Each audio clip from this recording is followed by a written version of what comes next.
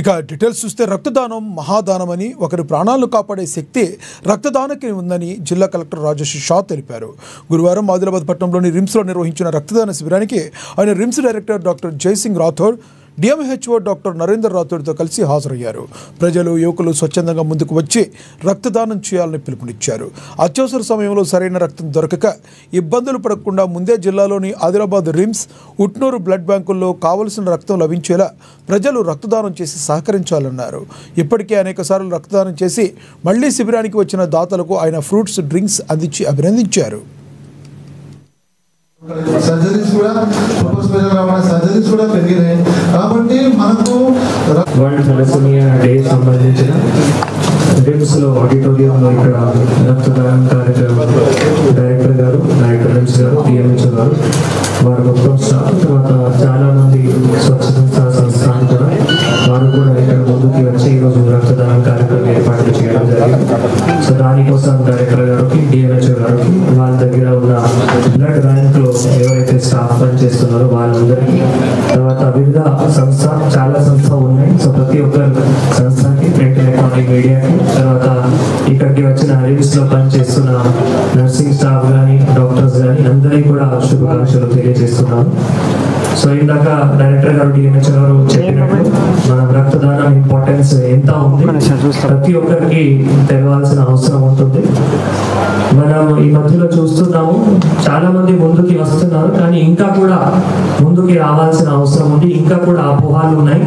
రక్తం ఇస్తే ఏమవుతాయి, ఆరోగ్యంలో ఏమైనా ఎఫెక్ట్ అవుతాయా, మళ్ళీ రక్తం రీప్లెనిష్ అవుతాయా కాదా, అట్లా కొంత అపోహాలు ఉంటుంది.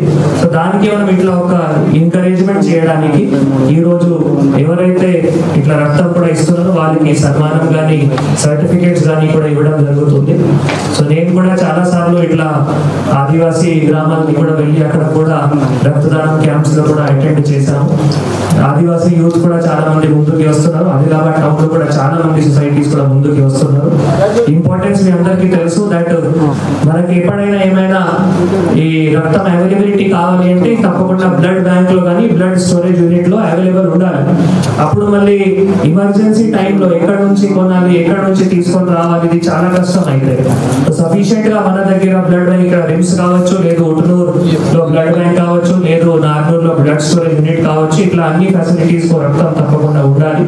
అది anaemia cases, severe anaemic cases కావచ్చు, లేదు సర్జరీస్ లో ఉన్న ఎప్పుడైనా బ్లడ్ లాస్ అయితే దానికి సంబంధించిన కావచ్చు, లేదు యాక్సిడెంట్ కేసెస్, అంటే ఇట్లా అన్ని ఎమర్జెన్సీ కేసెస్ కి అప్పటికే రక్తం అవసరం పడతాయి. మళ్ళీ సఫిషియెంట్ గా అన్ని టైప్ ఆఫ్ గ్రూప్స్ మన దగ్గర ఉంటే మళ్ళీ మనం ట్రాన్స్ఫ్యూజన్ చేసి ఈ జీవితం కూడా కాపాడుకోవడానికి అవకాశం ఉంటుంది. కాబట్టి దయచేసి అందరూ కూడా ముందుకి వచ్చి, ఇక్కడ రిమ్స్ లో ఆల్రెడీ బ్లడ్ బ్యాంక్ యూనిట్ ఉంది, ఉట్నూరులో కూడా బ్లడ్ బ్యాంక్ యూనిట్ ఉంది.